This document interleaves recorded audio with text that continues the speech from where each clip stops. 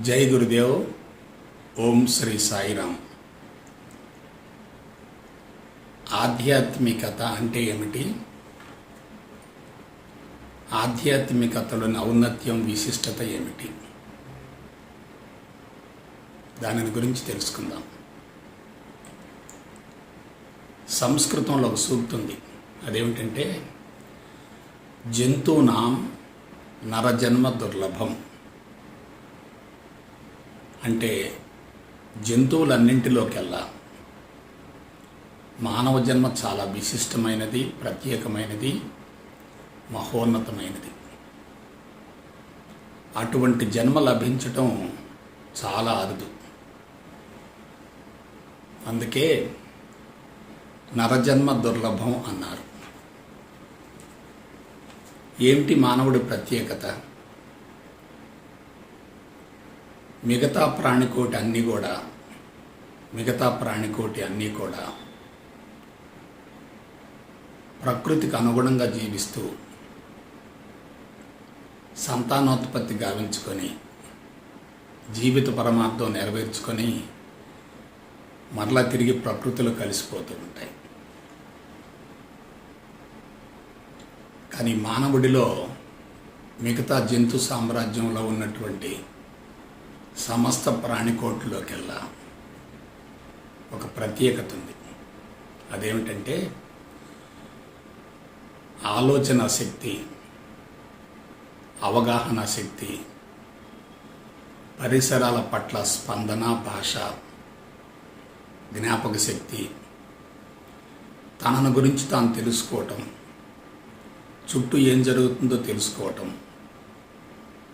ఇవే కాకుండా ఈ చరాచర జగత్తు ఆవిర్భవించడానికి ఏదైతే మూల కారణమో దానిని గురించి తెలుసుకొని నేను కూడా భగవంతుడనే అని శాస్త్రయుక్తంగా నిరూపించుకున్నటువంటి ఏకైక జాతి మానవుడు. అందుకే నరజన్మ దుర్లభం అన్నారు. సో అటువంటి మానవుడు నిరంతరం పరితపించేది దేనికోసం? మానవుడు నిరంతరం పరితపించేది ఆనందం కోసం. పుట్టింది మొదలు మరణించేంత వరకు, ఉదయం నిద్ర లేచింది మొదలు మరలా సాయంత్రం నిద్రకు ఉపక్రమించేంత వరకు మానవుడు నిరంతరం పరితపించేది ఆనందం కోసమే. ఇక్కడ మీకు ఒక విషయం చెప్తాను. తృప్తి వేరు, సంతోషం వేరు, అనుభూతి వేరు, గుర్తింపు వేరు, కీర్తి ప్రతిష్టలు వేరు, ఆనందం వేరు. భూమండలం మొత్తంలో ఆనందాన్ని గురించి తెలుసుకొని ఆనందాన్ని ప్రయోగపూర్వకంగా అనుభవించగలిగినటువంటి ఒకే ఒక జాతి మానవుడు. దానికి మూల కారణం చెప్తాను. మిగతా జాతులతో పోలిస్తే మానవుల్లో అహంకారం ఎక్కువగా ఉంటుంది. అహంకారం ఎక్కువగా ఉన్నప్పుడు నేను, నాది, నాకు అనే మోహబంధాలు ఉంటాయి. నేను, నాది, నాకు అనే మోహబంధాలు ఉన్నప్పుడు మనిషి దుఃఖానికి, బాధకి, విచారానికి, జబ్బులు గురవుతూ ఉంటాడు. జీవితాన్ని సమూలంగా దుర్వినియోగపరుచుకుంటాడు.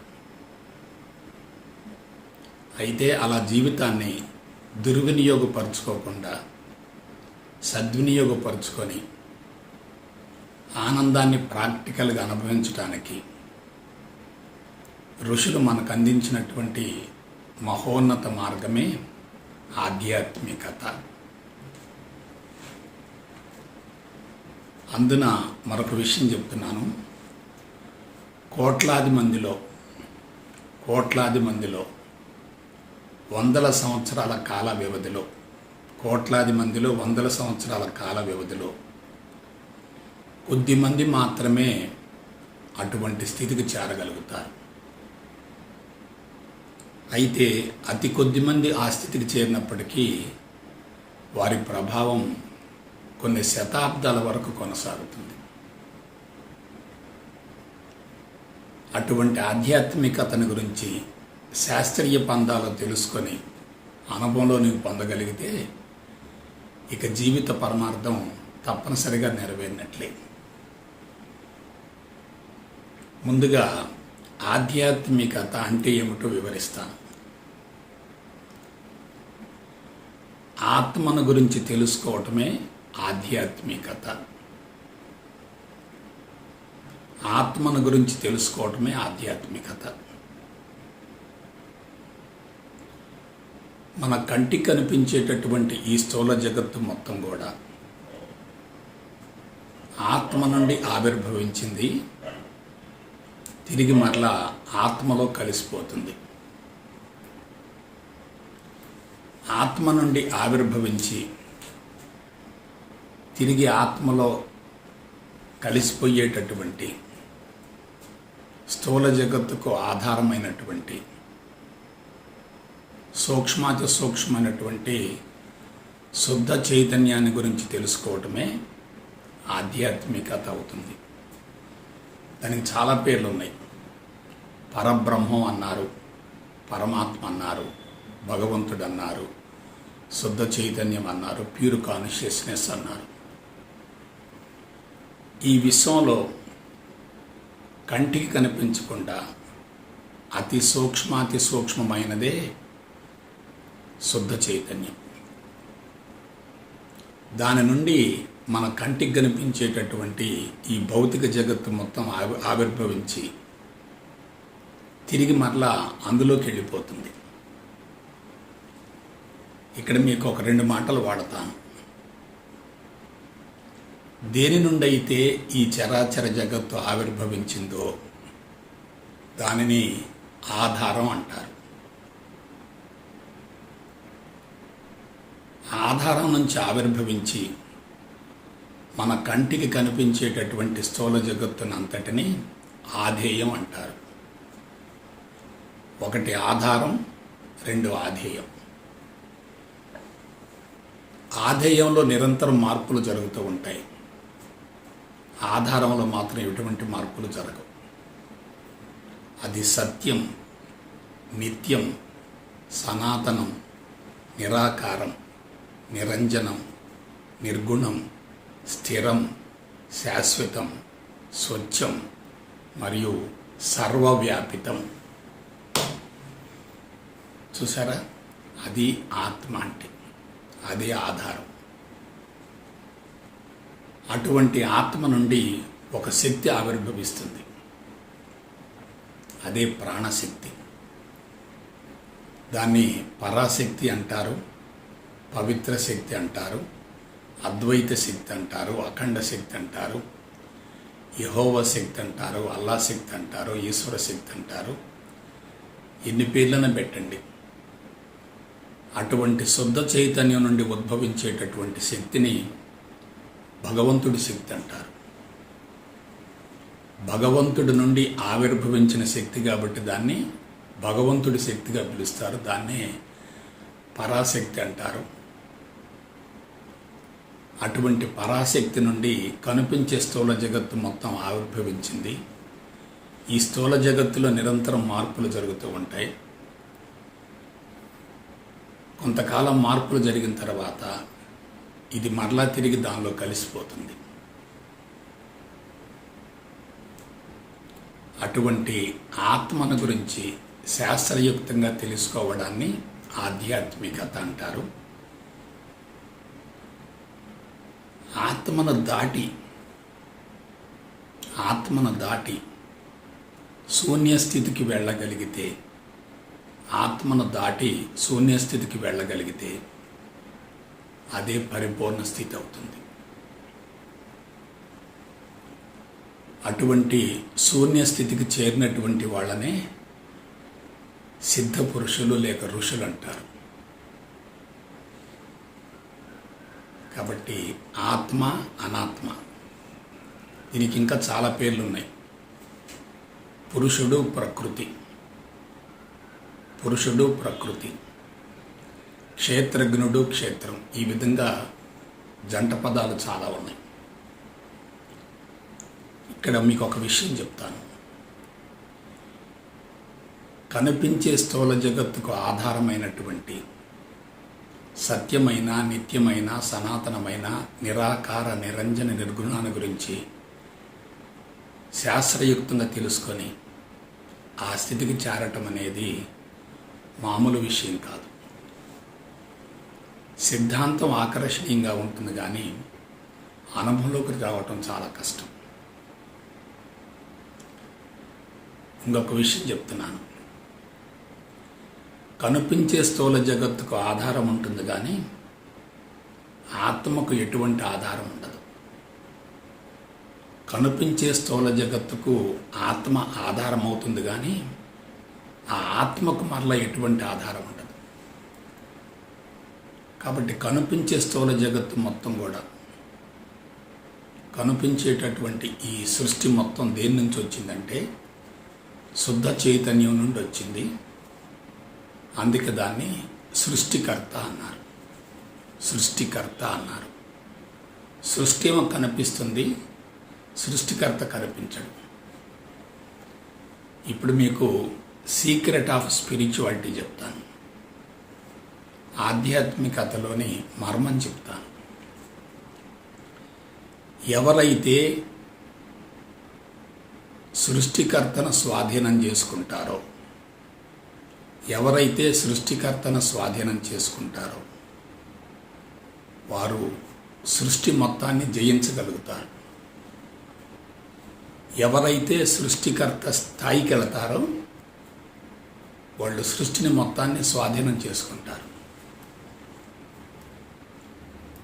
ఎవరైతే భ్రమలో ఉంటారో, భ్రాంతిలో ఉంటారో, పిచ్చిలో ఉంటారో, వెరిలో ఉంటారో, వ్యామోహంలో ఉంటారో, ఇంకొక మాట వాడతాను, మాయలో ఉంటారో, వాళ్ళు సృష్టిలో ఇరుక్కొని సృష్టికర్త యొక్క ఉనికిని గ్రహించలేరు.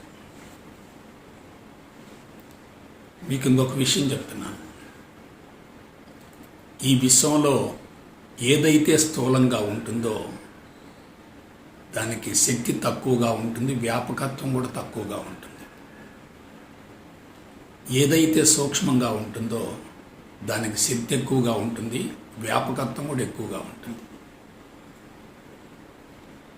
ఇప్పుడు మనం ఈ సృష్టి మొత్తంలో, ఈ విశ్వం మొత్తంలో ఫైనెస్ట్ పార్ట్కి వెళ్తున్నాం.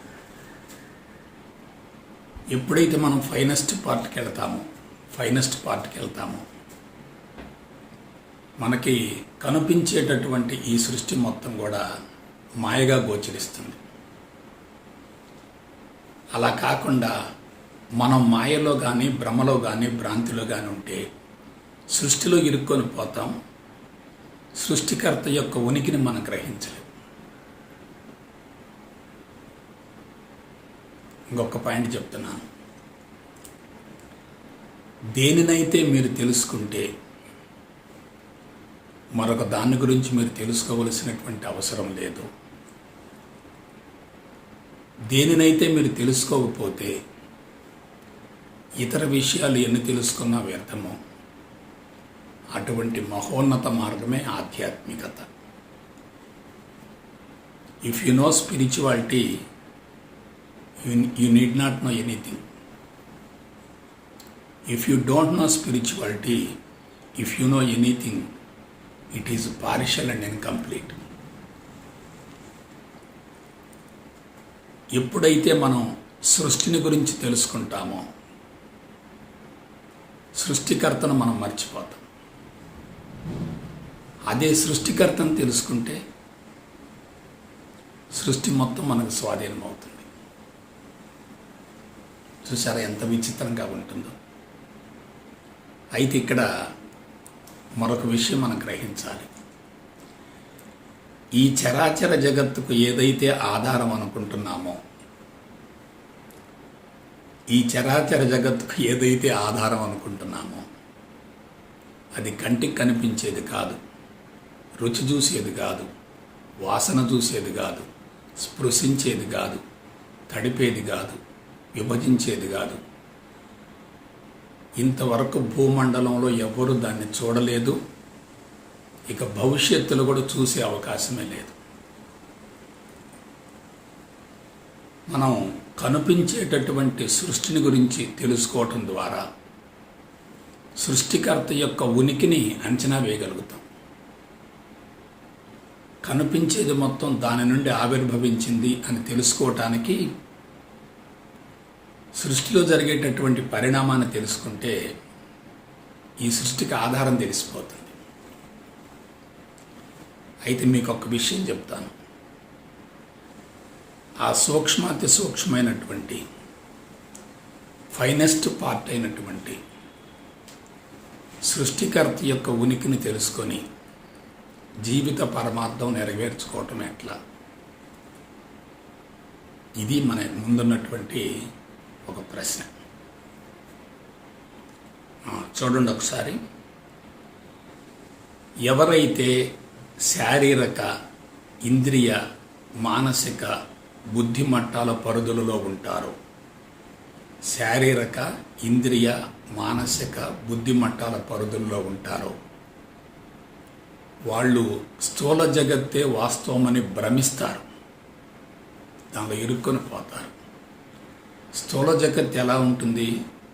రూపాలతోటి, నామాలతోటి, ఆకారాలతోటి, రంగులతోటి, అనేక రకాల సంఘటనలు, సన్నివేశాలు, పరిణామం జరుగుతూ ఉంటుంది. సృష్టి ఉంటుంది, స్థితి ఉంటుంది, లయ ఉంటుంది. ఇదంతా కూడా ఒక సమాచార సంపుటిలాగా ఉంటుంది. ఎవరైతే శారీరక, ఇంద్రియ, మానసిక, బుద్ధి మట్టాల పరిధుల్లో జీవిస్తూ ఉంటారో వాళ్ళు సృష్టికర్త యొక్క ఉనికిని గ్రహించలేరు. కారణం ఏంటి? వాళ్ళు సృష్టిలో ఇరుక్కొని పోతారు.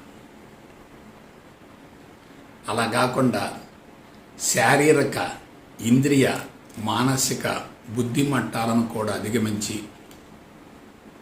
హృదయ మట్టాన్ని ఛేదించుకొని ఆత్మస్థితికి వెళ్ళగలుగుతారు. ఆత్మస్థితికి వెళ్ళగలుగుతారు. వారు ఆత్మ యొక్క ఉనికిని గ్రహించగలుగుతారు, అనుభవించగలుగుతారు. మళ్ళొకసారి చెప్తాను.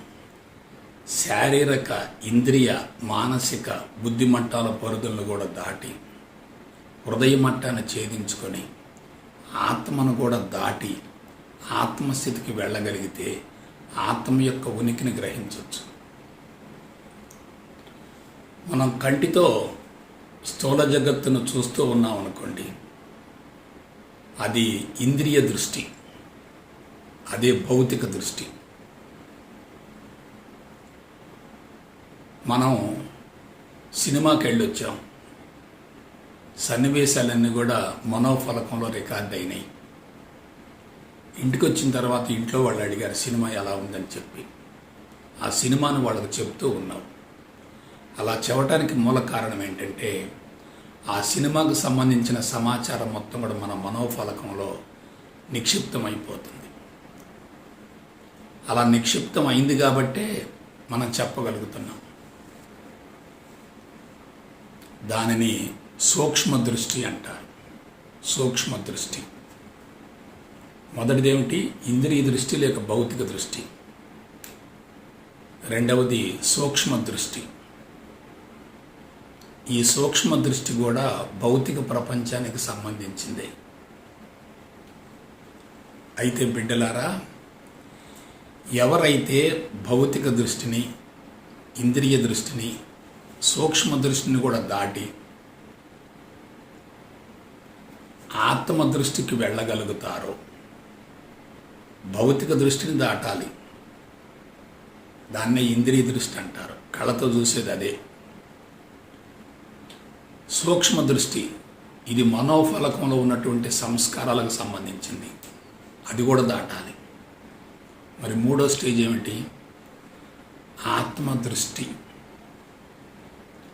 ఎవరైతే ఆత్మదృష్టికి చేరతారో వాళ్ళు ఆత్మస్థితిలో జీవిస్తారు. ఆత్మస్థితిలో జీవించే వాళ్ళకి కనిపించే సృష్టి మొత్తం కూడా భగవంతుని మయంగా గోచరిస్తుంది. ఎవరైతే ఆత్మస్థితిలో జీవిస్తారో వాళ్ళకి కనిపించే స్థూల జగత్తు మొత్తం కూడా భగవంతుని మయంగా గోచరిస్తుంది. ఈ స్థూల జగత్తులో సంభవించేటటువంటి మార్పులు కానీ, చేర్పులు కానీ, సృష్టి కానీ, స్థితి కానీ, లయ కానీ, పుట్టుక కానీ, మరణం కానీ ఇవన్నీ కూడా భగవంతుడి యొక్క రూపాంతరంగా గోచరిస్తాయి. ఇప్పుడు అర్థమైందా? కొంచెం జాగ్రత్తగా అర్థం చేసుకోండి.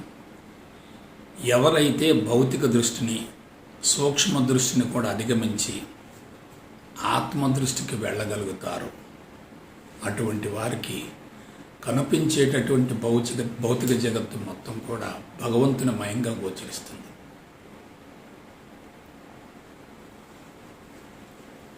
నెక్స్ట్ ఇంకో పాయింట్ చెప్తాను.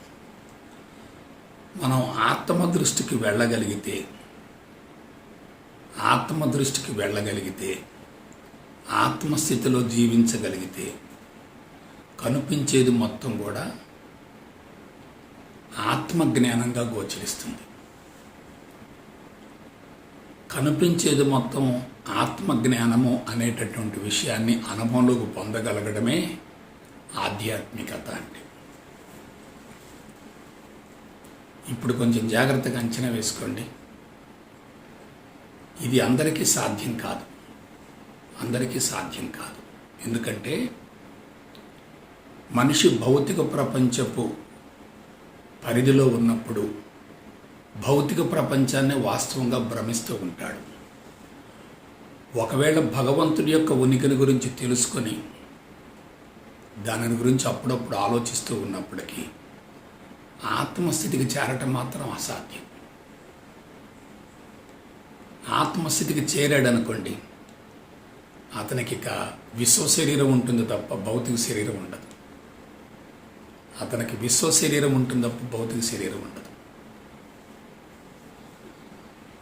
కాబట్టి ఎప్పుడైతే విశ్వ శరీరం ఉంటుందో, నేనే విశ్వం, విశ్వమే నేను అనే భావన కలుగుతుందో, ప్రకృతిలో విశ్వంలో జరిగేటటువంటి ప్రతి కదలిక కూడా భగవంతుడి యొక్క రూపాంతరంగా గోచరిస్తుంది. అతనికి భగవంతుడు తప్ప ఇంకేమీ తెలియదు. దాన్ని ఏమంటారో చెప్పనా? సర్వం బ్రహ్మమయం అంటారు. మీరు ఒప్పుకున్నా, ఒప్పుకోకపోయినా, అంగీకరించినా, విశ్వసించకపోయినా, తిరస్కరించినా సరే ఈ విశ్వం మొత్తంలో భగవంతుడు కానిది, భగవంతుడు లేనిది, భగవంతుడికి భిన్నమైనది, భగవంతుడికి అతీతమైనది, వేరైనది అసలు లేదు ఇంకా. ఇప్పుడు నాకు ఒక మాట చెప్పండి.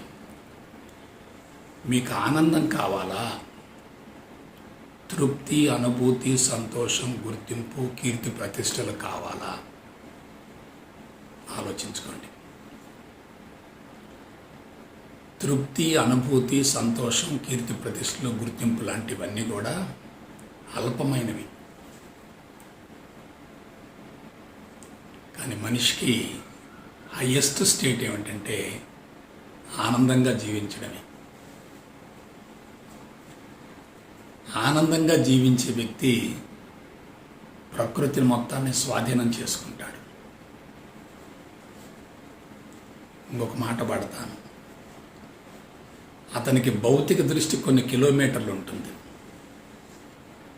సూక్ష్మ దృష్టి భూమండలం వరకే ఉంటుంది. కానీ ఆత్మదృష్టి కొన్ని కోట్ల కిలోమీటర్ల వరకు ఉంటుంది. వాళ్ళకి భౌతిక నేత్రాలు పనిచేయవు. కళ్ళు మూసుకొని విశ్వాన్ని దర్శించగలుగుతారు. కొంచెం జాగ్రత్తగా ఆలోచించండి. మనం భౌతిక నేత్రాలతోటి కొంతవరకు మాత్రమే చూడగలుగుతాం. మనోదృష్టితోటి భూమండలం మొత్తాన్ని చూడగలుగుతాం. కనిపించే దాని వరకే చూడగలుగుతాం. దానికి పరిమితి ఉంటుంది. కానీ ఆత్మదృష్టికి, ఆత్మ ఎంతవరకైతే వ్యాపించి ఉంటుందో అంతవరకు ఆత్మదృష్టి ఉంటుంది. ఆత్మ ఎంతవరకైతే వ్యాపించి ఉంటుందో అంతవరకు ఆత్మదృష్టి ఉంటుంది. ఇప్పుడు నాకు ఆన్సర్ చెప్పండి. ఆత్మ ఎంతవరకు వ్యాపించింది? విశ్వం మొత్తం వ్యాపించింది. కంటికి కనిపించేది ఆత్మే. కంటికి కనిపించకుండా అది ఏర్పడటానికి మూలమైనది, ఆధారమైనది కూడా ఆత్మే. సో భౌతిక జగత్తుకు పరిమితి ఉంటుంది కానీ ఆత్మకు పరిమితి ఉండదు. అటువంటి ఆత్మస్థితికి చేరగలిగినటువంటి అర్హత, అవకాశం ఉన్నటువంటి ఒకే ఒక జాతి మానవుడు. అది కూడా కేవలం మానవుడిగా పుట్టినంత మాత్రాన, సమాచారం తెలుసుకున్నంత మాత్రాన అది సాధ్యం కాదు.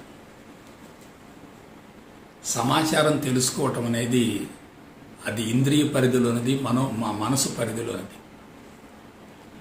కానీ సమాచారాన్ని కూడా వదిలివేయగలిగినటువంటి స్థితికి రావాలి. సమాచారాన్ని కూడా వదిలివేసే స్థితికి వస్తే అప్పుడు అటువంటి వ్యక్తికి ఆత్మదృష్టి వస్తుంది, ఆత్మస్థితి వస్తుంది. మీకు ఒక విషయం చెప్తున్నాను. ప్రపంచం మొత్తంలో అన్ని దేశాల్లోకెల్లా ఇటువంటి ఆధ్యాత్మికతను గురించి ప్రపంచానికి బహిర్గతం చేసినటువంటి పవిత్రమైన గడ్డ భారతదేశం.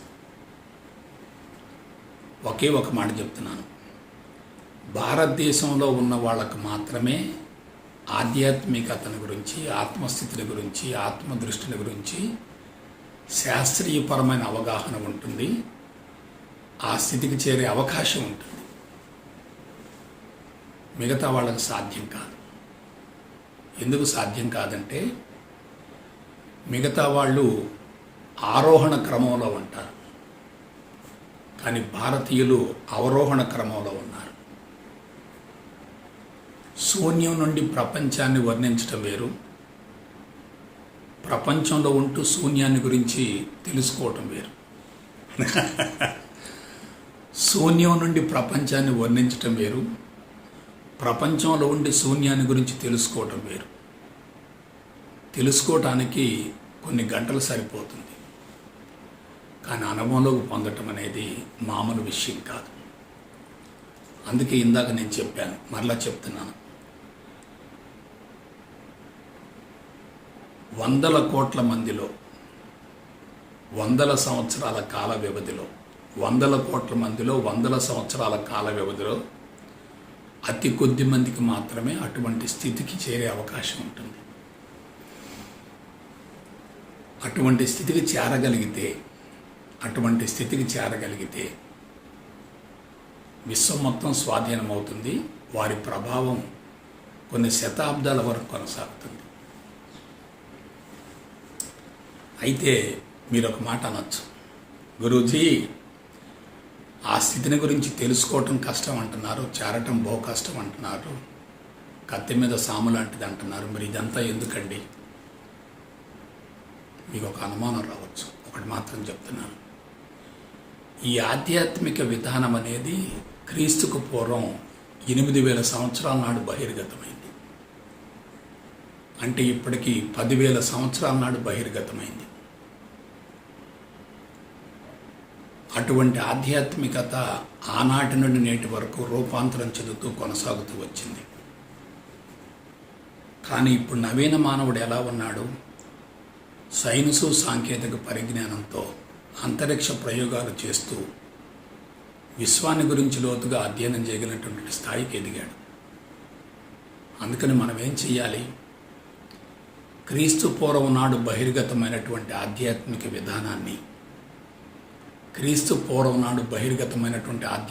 విధానాన్ని, నవీన మానవుడి యొక్క మేధస్సును ఆకర్షించే విధంగా, ఆకట్టుకునే విధంగా శాస్త్రీయ పంథాలో, సాంకేతిక విధానంలో మలిచి అందించగలిగితే తక్కువ సమయంలో, తక్కువ శ్రమతో ఎక్కువ లబ్ధి పొందొచ్చు. ధ్యాన మండలి ఈ విషయంలో గత 3 దశాబ్దాలుగా కృషి చేస్తూనే ఉంది. మీరు అనుకోవచ్చు, నేను ఆధ్యాత్మిక మార్గంలో ప్రవేశించి 30 సంవత్సరాలైంది, గురుపేట మెక్కి 27 సంవత్సరాలైంది, సంస్థను స్థాపించి 22 సంవత్సరాలైంది. నేను ఆధ్యాత్మిక మార్గంలోకి ప్రవేశించక ముందు దీని గురించి ఆలోచిస్తూ వచ్చాను. ఆధ్యాత్మిక మార్గంలోకి ప్రవేశించిన తర్వాత దీని గురించి ఆలోచిస్తూ వచ్చాను. సంస్థను స్థాపించిన తర్వాత ప్రయోగాలు చేస్తూ, పరిశోధనలు చేస్తూ, దశల వారీగా కోర్సులు రూపొందించుకుంటూ అనుభవాన్ని పొందగలుగుతున్నాను. అనుభవాన్ని పొంది బోధించటం వేరు, సమాచారం సేకరించి బోధించడం వేరు. నేను అందించేది మొత్తం కూడా అనుభవసారం కాబట్టి మరొకసారి చెప్తున్నాను. తక్కువ సమయంలో, తక్కువ శ్రమతో ఎక్కువ లబ్ధి కలిగే విధంగా నవీన శాస్త్రీయ పందాలో, సాంకేతిక విధానంలో ఆధ్యాత్మికతను అందించగలిగితే ప్రపంచ చరిత్రనే మార్చవచ్చు. ఇంకొక లాస్ట్లో ఒక మాట్లాడతాను. వ్యక్తి సమస్యలకి, కుటుంబ సమస్యలకి, సామాజిక సమస్యలకి, ప్రపంచ సమస్యలకి, ప్రకృతి సమస్యలకి, for all the problems spirituality is the only solution. ఎవరు ఎక్కడ తిరిగినా చెట్టు చివరకు ఈ మార్గానికి చేరి జీవితాన్ని ముగించవలసిందే. ఈ మార్గానికి చేరకుండా జీవితాన్ని ముగించేటట్లయితే జన్మలు పొడిగించబడతాయి, కర్మలు పొడిగించబడతాయి, శరీరాన్ని మార్చవలసి వస్తుంది. కానీ ఈ మార్గానికి చేరి జీవితాన్ని ముగించగలిగితే బ్రతికుండగానే, శరీరం ఉండగానే సంపూర్ణ స్వేచ్ఛను పొందొచ్చు. అటువంటి సంపూర్ణ స్వేచ్ఛను పొందే సాంకేతిక విధానాన్ని గురించి మీరు శాస్త్రయుక్తంగా తెలుసుకొని అనుభవంలోకి పొందాలని మనసా వాచ కర్మను కోరుకుంటూ సెలవు తీసుకుంటా. జై గురుదేవ్, జై గురుదేవ్, జై గురుదేవ్.